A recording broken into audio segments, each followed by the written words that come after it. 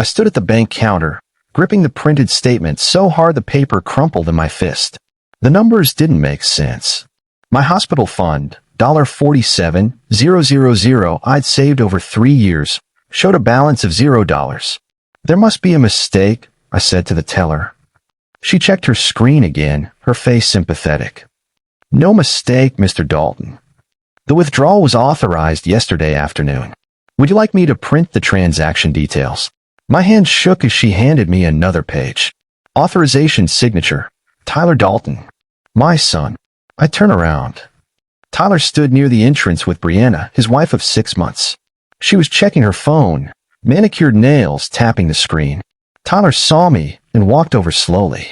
Dad, I can explain. You took my hospital fund. Brianna needed a fresh start. Her credit card debt was killing us. I had to help her.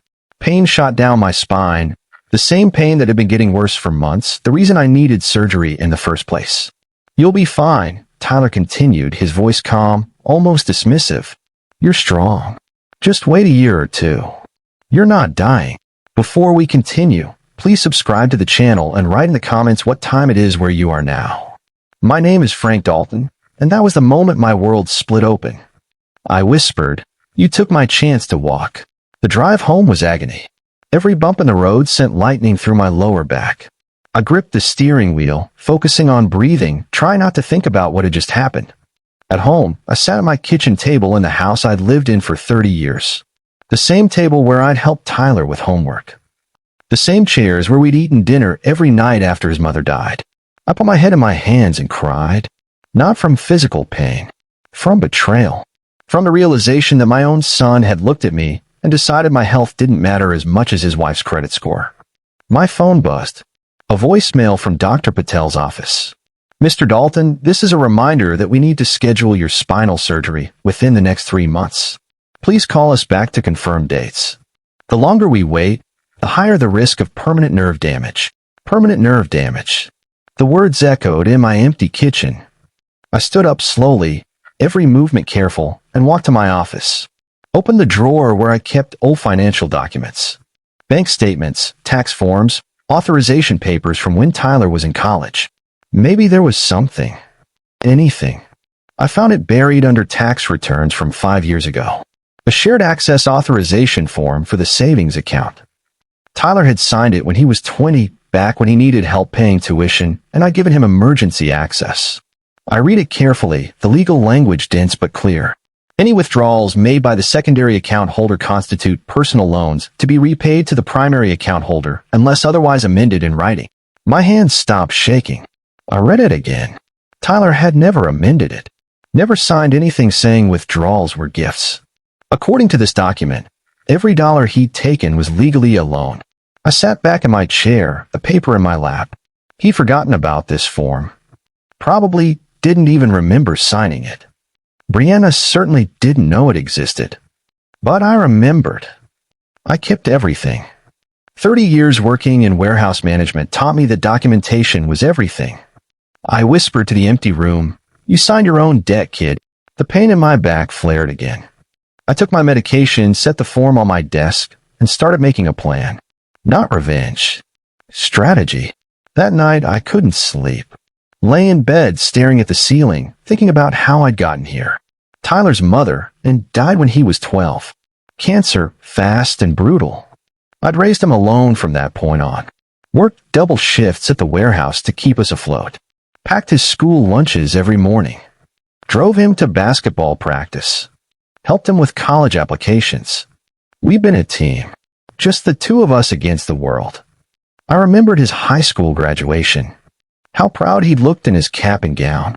How he'd hugged me afterward and said, "I couldn't have done this without you, Dad." I remembered teaching him to drive in this same truck I still owned. Patient afternoons in empty parking lots. His nervous laughter when he stalled the engine. I remembered birthday fishing trips to Lake Erie. Early mornings, thermoses of coffee, the quiet companionship of sitting together watching the water. This was a son I would have given a kidney for. Would have taken a bullet for. Would have died for without hesitation. So when did he stop seeing me as human? When did I become disposable? I turned over carefully, pain shooting down my leg, and stared at the photo on my nightstand. Tyler at 16, holding up a fish, grinning. Where did that kid go? I first met Brianna 8 months ago at a family barbecue Tyler organized. She'd walked in wearing designer sunglasses and carrying a purse that probably cost more than my monthly grocery budget. Perfect hair, perfect nails, perfect smile that didn't quite reach her eyes. She spent most of the afternoon on her phone, taking photos of her food, barely engaging in conversation. Tyler was different around her. Laughed louder at her jokes. Interrupted his own stories to check if she needed anything. Stopped mid-sentence when her phone rang to give her privacy. He'd always been attentive, but this felt different. Desperate, almost. I tried to talk to her. Asked about her job, her family, her interests. Got short answers and quick pivots back to her phone. She's just shy, Tyler had said later when I'd mentioned it gently. She's not used to family gatherings. I let it go. Told myself I was being overprotective. That Tyler was an adult who could make his own choices. Now, sitting at my computer, I pulled up Brianna's social media. Her latest post was from yesterday. A photo of her at a spa, champagne glass in hand. Caption, "New beginnings. No past debt. Living my best life. No past debt." Because Tyler had used my money to erase it. I closed the laptop and sat in the dark. Dr. Patel's office was familiar territory. I'd been coming here for 6 months, trying different treatments before surgery became the only option. "Frank, we need to schedule this soon," Dr. Patel said, looking at my latest scans. "The herniation is pressing on your spinal cord. We're looking at potential paralysis if we wait much longer." "How long do I have?" 3 months. Maybe 4. After that, the risk increases significantly. I nodded, trying to process. "And the cost?" "With my insurance, your portion will be around $45,000, which I know you've been saving for." About that, I explained what happened. Kept it brief, factual. Didn't mention that it was my son who'd taken it. Dr. Patel's face softened. "Frank, we can look into payment plans. Medical financing. Don't let money stop you from getting treatment." But it wasn't just about money anymore. It was about principle. About justice. About a father realizing his son had chosen a woman he barely knew over the man who raised him. "I'll figure it out," I said. Driving home, gripping the wheel through another pain spike, I realized the truth. They didn't just take money. They took my future. My mobility. My independence. And I couldn't let that stand. I spent the next 3 days gathering documentation. Didn't yell. Didn't call Tyler to scream at him. Just became methodical. Printed every bank statement from the past 5 years. Highlighted the original deposit that established the account. Highlighted Tyler's signature on the authorization form. Highlighted the withdrawal transaction. Made a timeline. Dates of deposits. Dates Tyler accessed the account in college. The date of the withdrawal. Photographed the authorization form from multiple angles. Scanned it. Saved it to 3 different locations. Made notes about conversations. The day at the bank. Tyler's exact words. "You're not dying." Brianna's dismissive attitude. My back hurt constantly now. I had to take breaks every 20 minutes, lie down, let the pain subside before continuing. But I kept working. This was too important to let pain stop me. On the 4th day, I opened my laptop and searched low-cost legal help for seniors Ohio. Several results appeared. Community legal aid, senior advocacy services, pro bono attorneys. I made a list. Started calling. Left messages. Explained my situation in brief professional terms. By evening, I had 3 appointments scheduled. I looked at the stack of papers on my desk. Everything organized, labeled, ready. Tyler thought I'd just accept this. Give up. Be the understanding father who sacrificed everything one more time. He was wrong. The community legal clinic was in a strip mall between a laundromat and a tax preparation office. Not fancy, but clean and professional. Miss Fields was younger than I expected. Maybe 40, with kind eyes and a no-nonsense manner. She invited me into a small office and listened while I explained. I showed her everything. The authorization form. The bank statements. the timeline, the withdrawal. She read through it all, carefully, making notes. When she finished, she looked up at me with raised eyebrows. Mr. Dalton, this authorization form is legally binding. Your son signed it, never amended it, and made a substantial withdrawal. According to this document, he legally owes you that money back. So I can pursue repayment. You absolutely can. This isn't a gift. It's a loan. An unauthorized one, actually, since he didn't get your permission before withdrawal. Hope flickered in my chest. What are my options? We can send a formal demand letter first. Give him 30 days to establish a payment plan. If he refuses, we can file a civil suit. Given the documentation, you have a very strong case. And costs. The clinic handles cases like this pro bono for seniors. You'd only pay court filing fees if it goes to trial. I sat back, feeling something shift inside me. This was real. This was possible. If you want to pursue repayment, Miss Field said gently, you have a case. I drove to Tyler's apartment on a Saturday morning. They lived in a newer complex across town, the kind with a pool and fitness center. The kind I could never have afforded at his age. Tyler answered the door in sweatpants, looking surprised. Dad? What are you doing here? We need to talk. Brianna appeared behind him, coffee cup in hand. Oh, Frank. Didn't know you were coming by. I stepped inside uninvited. Sat down on their couch. Tyler and Brianna exchanged glances. I've been thinking about the money, I said calmly. I understand you wanted to help Brianna. But I need that money for my surgery. So I'm offering you a payment plan. $500 a month until it's repaid. Brianna laughed. Actually laughed. We're not paying you back. That money was in a joint account. Tyler had every right to use it. It wasn't a joint account. Tyler had authorized access for emergencies when he was in college. That authorization form specified that any withdrawals constitute loans unless otherwise stated. Tyler's face went pale. Dad, come on. It's family money. It was my medical fund. For a surgery, I need to avoid paralysis. Brianna set down her coffee cup. We're not paying you back. If you have a problem with that, take it up with the bank. I stood up slowly, pain shooting through my back. Looked at my son. All right, then we'll do this another way. I left without another word. That night, their argument was loud enough that their neighbor, Mr. Patterson, texted me. Everything okay over there? Heard Tyler and his wife fighting. Sounded intense. I didn't respond immediately. Just sat with my phone, imagining what was being said. Tyler probably defending me. Brianna probably furious I'd had the nerve to ask for my money back. The next morning, Mr. Patterson called. Frank, I probably shouldn't tell you this, but I heard her say Tyler was still tied to his father's leash. That it was pathetic. Thanks for letting me know. You doing okay? Heard about your surgery fund. Word was spreading. Small town. People talked. I'm handling it, I said. After hanging up, I sat at my kitchen table with fresh coffee and thought about what came next. The demand letter would arrive at their apartment within a week. Ms. Fields had drafted it professionally but firmly. Tyler would have a choice. Pay voluntarily or face legal action.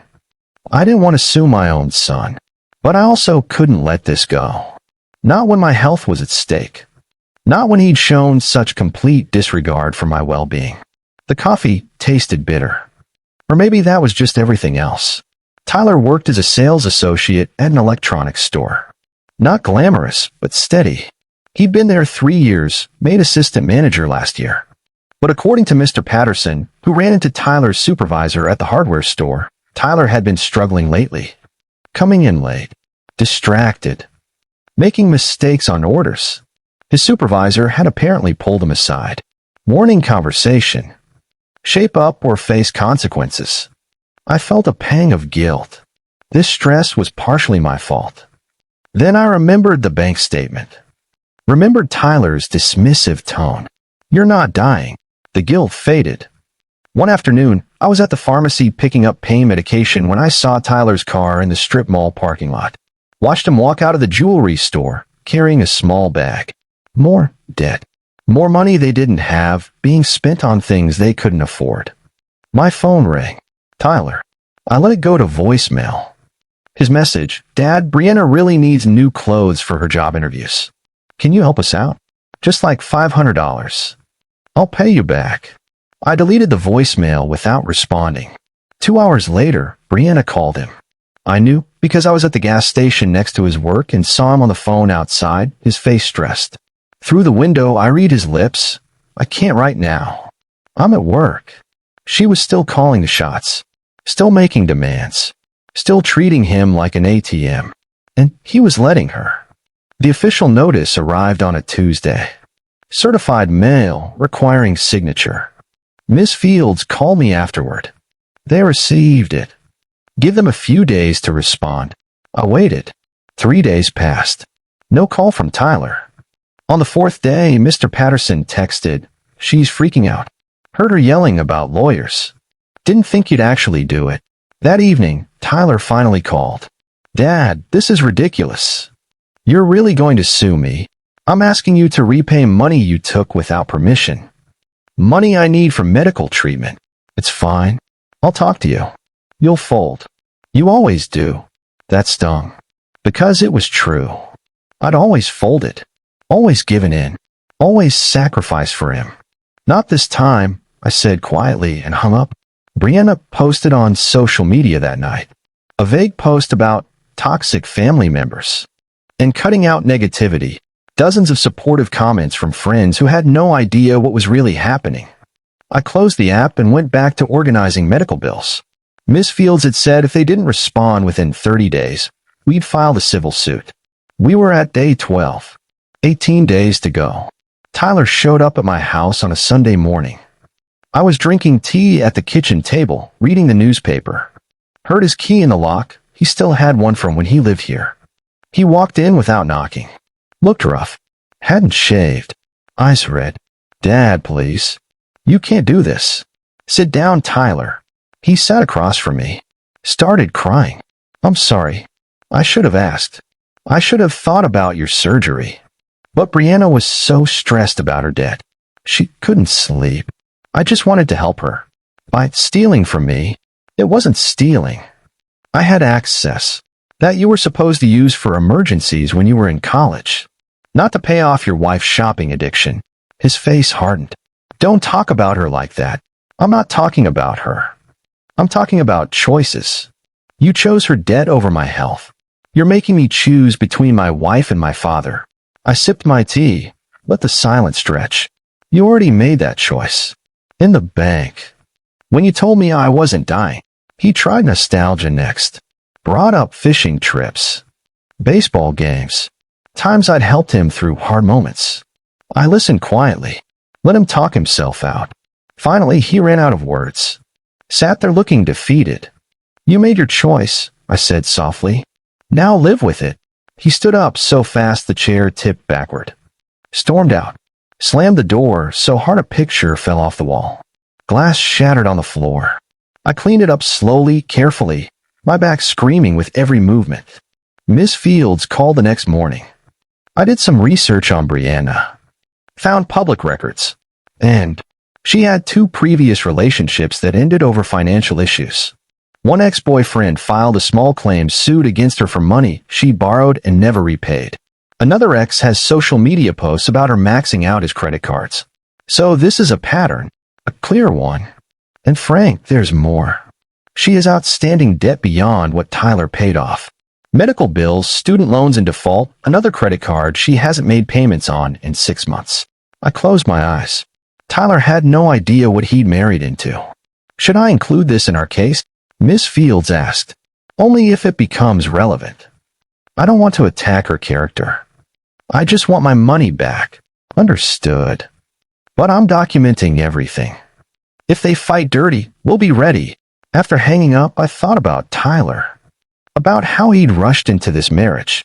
6 months from meeting Brianna to proposing. Another 3 months to the wedding. I tried to suggest slowing down. He'd accused me of not supporting his happiness. Maybe he was right. Maybe I hadn't supported him enough. Or maybe I'd seen something he refused to see. Either way, the pattern was clear now. Brianna found men who would pay her debts. And Tyler had been the perfect target. Loving, loyal, desperate to prove himself. The fighting at their apartment intensified. Mr. Patterson stopped updating me. Said it was too depressing to keep listening to. But I heard things anyway. Small town. People talked. Brianna had called Tyler financially useless during one argument. Told him he was just like his pathetic father, broke and going nowhere. Tyler started sleeping on the couch. Mr. Patterson saw him leaving early for work, looking exhausted. Meanwhile, Brianna's spending continued. New clothes appeared in social media photos. New restaurants. New nails, new hair, new everything. Where was the money coming from? I got my answer when Ms. Fields called 2 weeks later. Brianna applied for another credit card. Got approved for $5,000. She's already used half of it. How do you know? One of her friends works at the bank. Mentioned it casually to someone who mentioned it to someone else. Small town gossip, but I verified through public record searches. Tyler had no idea. He thought he'd solve her debt problem. Instead, she was creating new debt faster than he could handle. The whole situation was a house of cards. And it was about to collapse. What do we do? I asked. We stay the course. Our case is solid. Whatever they're doing to themselves financially just strengthens your position. I thanked her and hung up. Felt a strange mix of vindication and sadness. I didn't want Tyler to suffer. I just wanted justice. But increasingly, those two things seemed inseparable. People started approaching me at the grocery store, at church, at the pharmacy. Quiet words of support. Heard what happened. That's tough. You're doing the right thing. Family doesn't mean letting people walk on you. Mrs. Chen from down the street brought me a casserole. For when your back's too bad to cook. Mr. Patterson offered to help with yard work. Don't strain yourself. The community was rallying around me. Not loudly, not publicly, but in small, meaningful ways. One afternoon at the hardware store, buying supplies to fix my fence, the cashier rang me up then paused. You're Frank Dalton, right? Yes. My dad went through something similar. His daughter took money from him. He was too afraid to do anything about it. Died with regrets. She handed me my receipt. I'm glad you're standing up for yourself. I drove home feeling less alone. 4 months, I'd felt isolated. Abandoned by my son. Betrayed by the family I'd built. But I wasn't alone. The community saw me. Understood. Supported me quietly. That evening, I made the first call. To Ms. Fields. Let's move forward with the suit. You're sure? I'm sure. Tyler's had 30 days. He's made his choice. All right. I'll file the paperwork tomorrow. After hanging up, I stood on my back porch watching the sunset. My back ached. The pain medication barely touched it anymore. But I felt stronger than I had in months. Not because I was winning. Because I'd found my spine. The mediation appointment was scheduled for a Wednesday morning. Neutral office, professional mediator, one last chance to settle before court. I arrived early. Ms. Fields met me in the parking lot. Remember, stay calm. Present facts. Don't get emotional. We entered the building. The mediation room was small, rectangular table in the center. Tyler and Brianna arrived 10 minutes late. Brianna looked annoyed. Tyler looked terrified. The mediator, a middle-aged man named Mr. Howell, explained the process. We're here to find resolution. Mr. Dalton is claiming repayment of funds withdrawn from his account. Let's review the documentation. He examined the authorization form, the bank statements, the timeline. After 20 minutes, he looked up. The authorization form is clear. Withdrawals constitute loans unless amended in writing. Was it amended? No, Tyler admitted quietly. Then legally, you owe your father $47,000 plus interest. Brianna stood up abruptly. This is ridiculous. He's trying to ruin us over money he didn't even need urgently. I need it for spinal surgery, I said calmly. To avoid paralysis. She rolled her eyes. You're being dramatic. Ms. Fields leaned forward. Mrs. Dalton, the medical documentation is part of our evidence. Mr. Dalton's condition is serious. Whatever. We're not paying. Come on, Tyler. She walked out. Tyler looked between her and me, torn, then followed her. The door slammed. Mr. Howell shook his head. I'll note they refuse mediation. This will go to court. How long? I asked. 3 months, maybe 4. I'm sorry, Mr. Dalton. Outside, Ms. Fields touched my arm. We'll win this. The evidence is overwhelming. I nodded, but I felt hollow. This was really happening. I was suing my own son. 2 weeks later, Tyler's world imploded. He logged into their joint checking account to pay rent and found it empty. Completely drained. Brianna had withdrawn everything, $3,000, without telling him. Mr. Patterson called me. Tyler's sitting in his car crying. Been out there for an hour. I looked out my window. Could see their apartment complex in the distance. My phone rang. Tyler. I hesitated, then answered. Dad. His voice was broken. I don't know what to do. What happened? He told me everything. The empty account. Brianna's spending. The new credit cards. The lies about job interviews that never existed. She said she needed the money for a security deposit on a better apartment. But I just found out she spent it on a shopping trip to Cleveland. Where is she now? I don't know. She left. Took her stuff. Said she needs space. Silence on the line. Just his breathing. Ragged. Defeated. I'm sorry, he whispered. For everything. You were right. About all of it. Part of me wanted to say, I told you so. Part of me wanted to stay angry. But mostly I just felt sad. For him. For me. For the family we'd been. Come over, I said finally. We'll figure this out. Are you still suing me? I paused. Yes. But come over anyway. He showed up 20 minutes later. Red eyes. Shaking hands. Lost. I made him tea. We sat at the kitchen table. Didn't talk much. Just sat. Sometimes that's all a father can do. The court hearing was on a cold November morning. I wore my best suit, the one I'd bought for Tyler's high school graduation. Miss Fields met me outside the courthouse. Ready. As I'll ever be. Inside, the courtroom was smaller than I expected. Judge's bench, a few rows of seats. Tyler sat on the opposite side with a court-appointed advisor since he couldn't afford an attorney. Brianna wasn't there. She'd filed for divorce 2 weeks earlier. Left Tyler with all the debt and disappeared to her parents' house in Pennsylvania. The judge, an older woman with steel-gray hair, reviewed our documentation. Every page. Every highlighted section. Every transaction. Ms. Fields presented the case clearly. Authorization form. Bank records. Medical necessity. Tyler's own admission that he'd withdrawn the funds. Tyler's advisor tried to argue financial hardship, that forcing repayment would devastate Tyler's life. The judge looked at Tyler. Did you have permission to withdraw this money? No, Your Honor. Did you know your father needed it for medical treatment? Yes, Your Honor. Did you attempt to repay it when he asked? No, Your Honor. She closed the file. I rule in favor of the plaintiff. Tyler Dalton owes Frank Dalton $47,000 plus court costs and interest.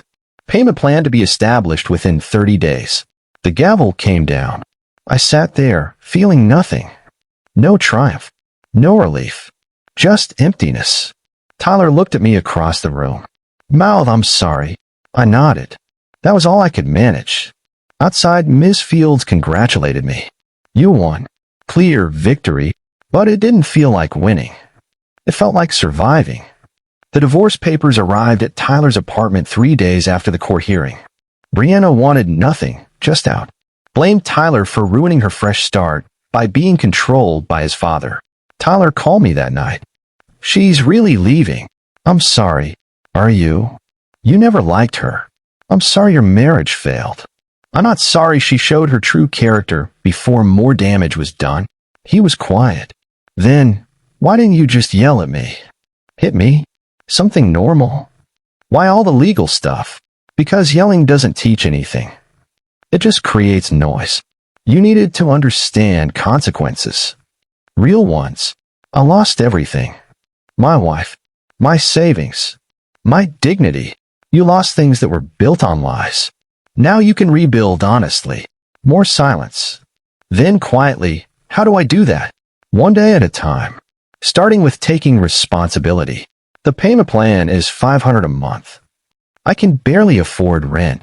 Then you'll work extra hours. Sell things you don't need. Lives smaller. That's what consequences look like. He started crying. I'm so tired, Dad. I know. But tired means you're still fighting. Tired is better than quit. We stayed on the phone for an hour. Didn't solve anything. Just talked. First real conversation we'd had in months. When we finally hung up, I felt something shift. Not forgiveness. Not yet. But maybe the beginning of a path toward it. A week later, Tyler came over. Sat at my kitchen table where we'd had so many meals together. I want to understand, he said, why you did it this way. I poured us both coffee. Took my time answering. I wasn't fighting you. I was fighting for the man I raised to come back. I don't understand. The Tyler I knew would never have dismissed my pain. Would never have prioritized a stranger's debt over his father's health. Something changed in you. Or maybe you were always capable of it, and I just didn't want to see. He flinched. That's harsh. It's honest. You needed to hit bottom to understand what you'd become. I couldn't enable that, even though it killed me not to. I wanted to make Brianna happy. She'd had such a hard life. I thought I could fix it. You can't fix people, Tyler. They have to fix themselves. All you can do is love them while they do the work. But she didn't want to do the work. She wanted someone to pay her bills. He broke then. Completely. Put his head down on the table and sobbed. I put my hand on his shoulder. Let him cry. When he finally looked up, eyes swollen, he said, I'm sorry. For everything. For being so stupid. For hurting you. For choosing her over you. I know. Can you forgive me? Eventually. But first, you need to forgive yourself. And make things right. He nodded. The payment plan starts next month. I already picked up extra shifts. Good. And Dad, thank you for not giving up on me. Even when I gave up on myself, Tyler kept his word. The first payment arrived on time. $500 exactly. He'd sold his gaming computer, his TV, his expensive watch, downsized from a 2-bedroom apartment to a studio, worked 45 hours a week at the electronics store, and picked up weekend shifts at a warehouse. Not revenge, just consequences. He called every Sunday, updated me on payments, on his life, on therapy he'd started going to. The therapist says I have codependency issues, that I was trying to earn love through money. Sounds about right. She says you probably saved my life by standing up to me. I saved both our lives. Meanwhile, I scheduled my surgery. Dr. Patel had worried the delay had caused more damage, but the scans looked okay. We could still do it. The operation was scheduled for December 15th, 6 weeks away. Tyler asked if he could be there. In the waiting room. I won't bother you. I just want to be there. Okay, I said. He showed up the day before to drive me to my pre-op appointment. Insisted on it. Said it was the least he could do. At the hospital, he helped me fill out paperwork. Took notes on the doctor's instructions. Asked questions I hadn't thought to ask. For the first time in over a year, he was acting like my son again. Surgery day arrived cold and gray. I woke up at 5 a.m., unable to eat or drink per the instructions. Tyler picked me up at 6 a.m. You ready? He asked. As I'll ever be. The hospital was quiet this early. We checked in. I changed into a gown. A nurse explained the procedure one more time. Tyler sat beside me in the pre-op area, hands fidgeting. Dad, if something happens, it won't. But if it does, I need you to know I'm sorry. And I love you. And I'll spend the rest of my life trying to be worthy of you. I squeezed his hand. I know. They wheeled me into surgery at 8 a.m. The anesthesia took hold quickly. The next thing I knew, I was waking up in recovery. Groggy, disoriented. A nurse checking my vitals. How do you feel, Mr. Dalton? Tired. The surgery went well. Doctor will be by to explain. Your son's in the waiting room. He's been here the whole time. 6 hours. Hasn't left once. They moved me to a regular room around 3 p.m. Tyler was there when I arrived, jumping up from the chair. Dad? You okay? Alive. He laughed, relief cracking his voice. Came to the bedside and took my hand carefully. I squeezed back. You came back. I never really left. I just got lost for a while. You found your way home. You showed me the way. We sat like that for a long time. Father and son. Broken and healing. Together. Physical therapy was brutal. Twice a week at first, then 3 times. Learning to walk properly again. Stretching muscles that had atrophied. Building strength. Tyler drove me to every single appointment. Waited in the lobby. Helped me practice exercises at home. You don't have to do this, I said one afternoon, exhausted and frustrated after a particularly hard session. I want to. Why? Because you never gave up on me. So I'm not giving up on you. Slowly, painfully, I improved. First steps were agony. Then slightly less agony. Then manageable. Then almost normal. 3 months post-surgery, I walked unassisted from the car to the house. Tyler watched from the driveway, quiet tears running down his face. You did it, Dad. We did it. The payment plan continued steadily. Tyler never missed a month. $500 every time like clockwork. He'd been promoted at work. Assistant manager to operations coordinator. Better pay, better hours. Started taking online business classes at the community college. I want to do better, he told me over dinner one Sunday. Not just for the payments. For myself. That's the right reason. We'd started having these dinners regularly. Nothing fancy. Just spaghetti or chicken salad talking about our weeks. Rebuilding what had been broken. It wasn't perfect. Some conversations still had tension. Some silences still hurt. But we were trying. Honestly trying. One evening, Tyler brought up Brianna. I heard she's engaged again. Some guy in Pittsburgh.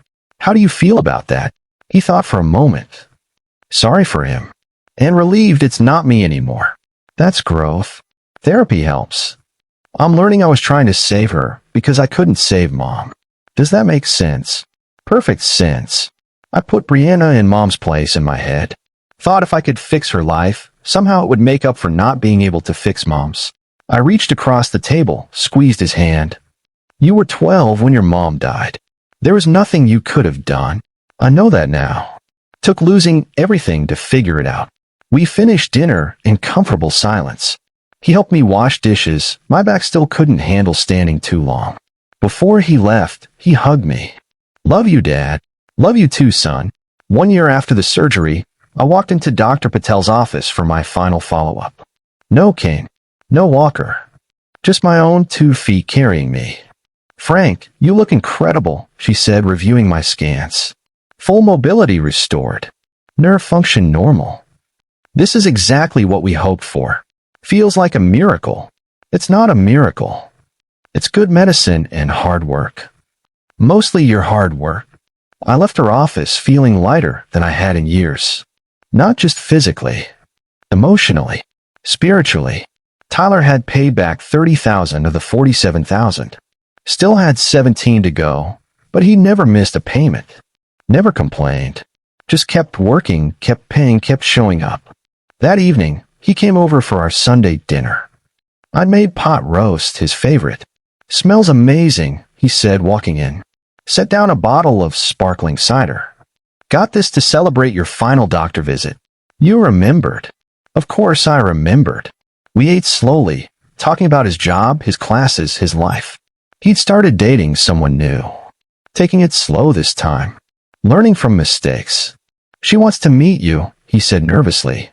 If that's okay. I'd like that. After dinner, we sat on the back porch. The same porch where I'd sat alone so many nights, wondering if I'd ever walk again. Wondering if I'd ever have my son back. Dad, I've been thinking. I want to accelerate the payments. Pay you back faster. Tyler, you're doing fine at your pace. I know. But I want this debt cleared. Not because I resent it. Because I want to prove I can do it. That I'm the man you raised me to be. I looked at my son. Really looked at him. Saw the boy who'd held my hand at his mother's funeral. The teenager who'd learned to drive in my old truck. The young man who'd gotten lost but found his way home. You're already that man, I said. The debt doesn't define you anymore. Your actions do. Still, I want to finish it, then finish it. But not for me. For yourself. He nodded. Fair enough.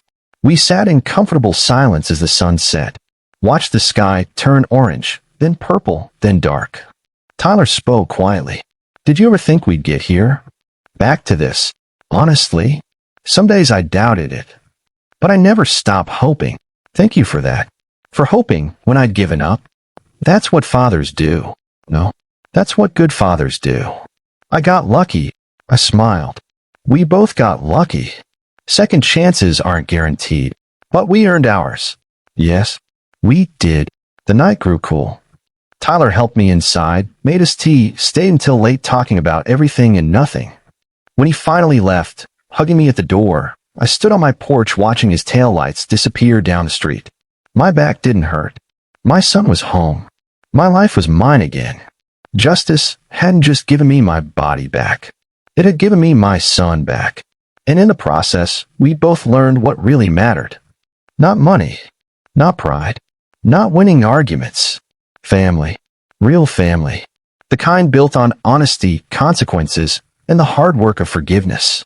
I walked back inside, closed the door, and felt peace settle over me like a warm blanket. Tomorrow, Tyler would make another payment.